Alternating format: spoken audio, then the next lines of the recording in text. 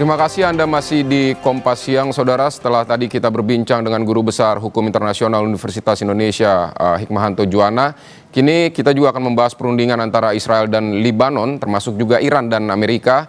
Kita akan membahasnya dengan Aisyah Kusuma Sumantri, peneliti senior Indo-Pacific Strategic Intelligence. Selamat siang Mbak Aisyah, terima kasih sudah bergabung di Kompas Siang.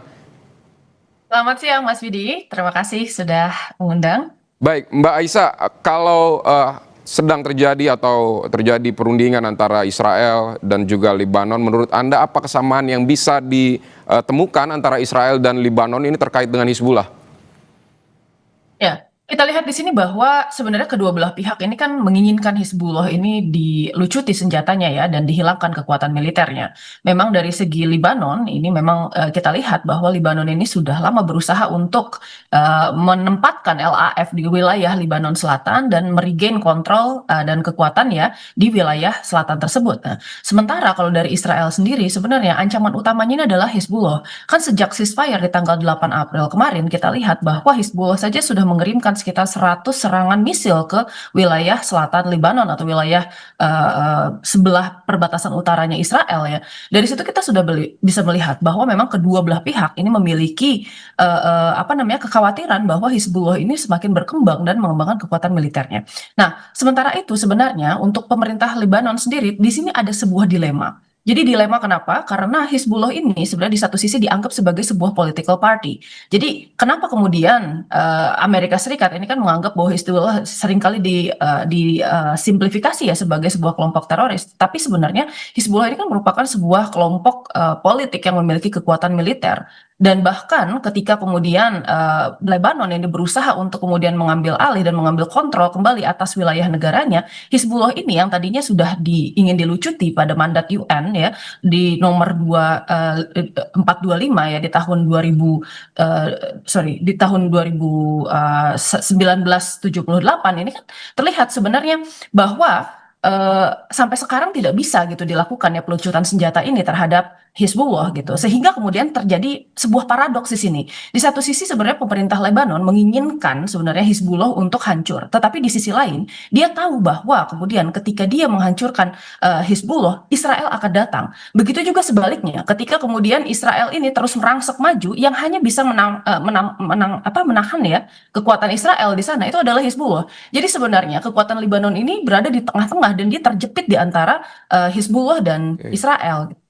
Baik, Mbak Aisyah, apakah ini ada kemungkinan karena mereka punya kepentingan yang sama untuk melucuti Hizbullah, nantinya akan ada kerjasama militer agar lebih kuat lagi untuk melucuti Hizbullah, atau seperti apa kalau menurut pandangan Anda?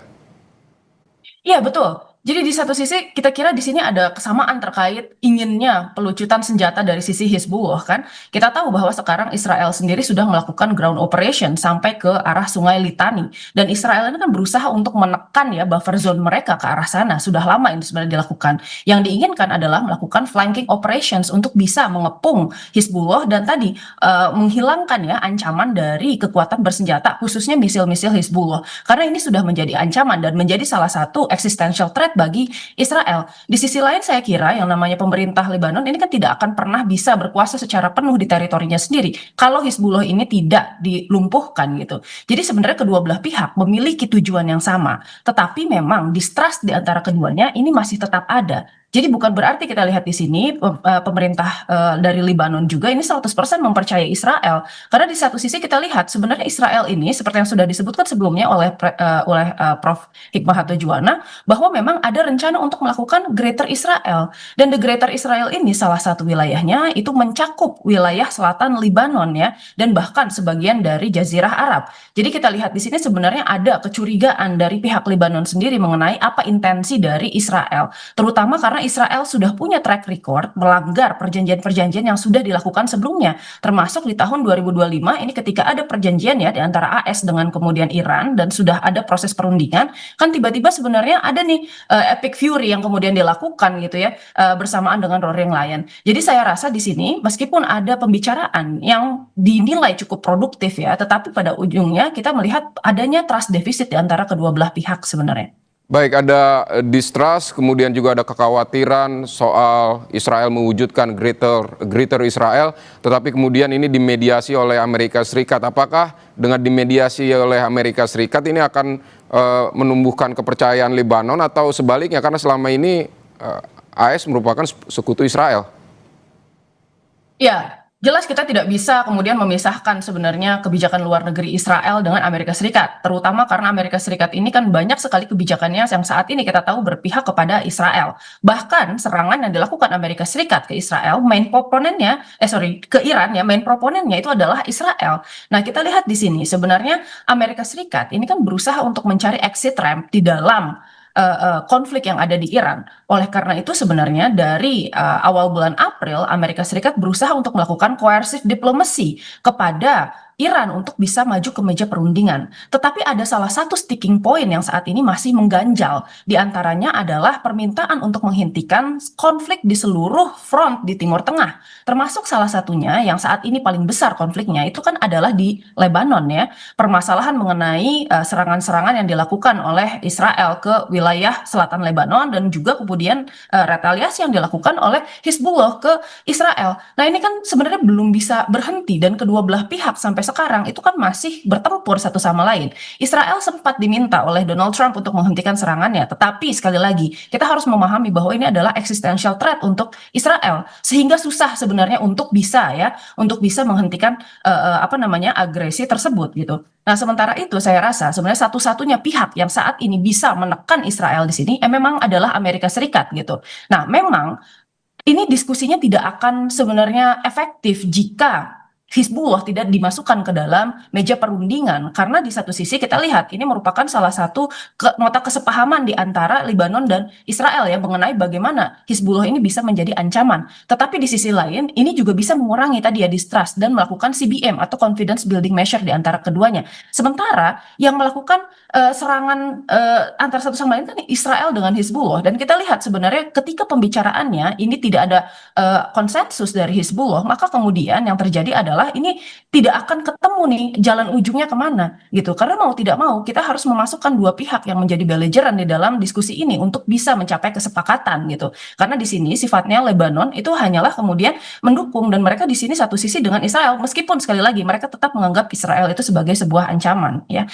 Di satu sisi memang Amerika Serikat ini akan sangat senang apabila konflik yang ada di Lebanon ini sebenarnya bisa diselesaikan karena ini akan menambah leverage mereka untuk bisa berunding dengan Iran. Baik, kalau Hizbullah tidak dilibatkan gitu, ini juga akan menghambat tadi Anda bilang. Lalu kenapa atau siapa kira-kira yang bisa mendudukan Hizbullah juga ke meja perundingan dengan Israel?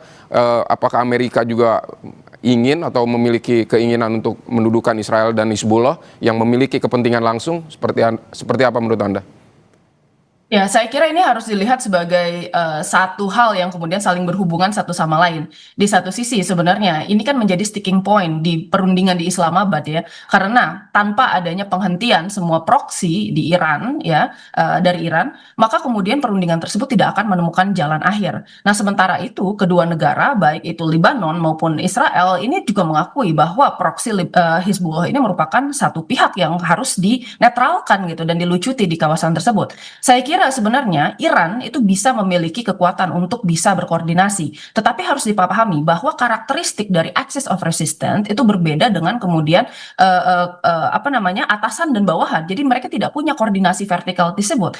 Jadi harus dipahami tadi sekali lagi kalau misalnya axis of resistance masing-masing itu adalah sebenarnya aktor politik yang mandiri di wilayahnya masing-masing. Misalnya ada Hizbullah di Lebanon, lalu kemudian kita tahu ada Houthi di Yaman dan kemudian ada juga misalnya proksi-proksi Iran ya yang ada di kawasan Irak gitu. Dan itu sebenarnya masing-masing memiliki pola pikir yang independen dan kepentingan masing-masing yang sebenarnya tidak sejalan mungkin ya di satu sisi dengan Iran gitu. Meskipun tadi ada hubungan kerjasama, tetapi kita tidak bisa melihat ini sebagai hubungan yang vertikal, komando vertikal atas bawah gitu. Sehingga sebenarnya di sini meskipun Iran bisa meminta Hizbullah untuk kemudian maju ke meja perundingan, tetapi di sisi lain kita juga harus memahami bahwa Iran ini kan saat ini sedang melakukan yang namanya perang atrisi atau menginginkan protracted war di sini. Jadi semakin lama perang ini berjalan, sebenarnya keuntungan bagi Iran secara ekonomi dan secara tekanan politik itu akan semakin besar sehingga Iran sendiri bisa mendapatkan leverage yang makin tinggi gitu di dalam meja perundingan.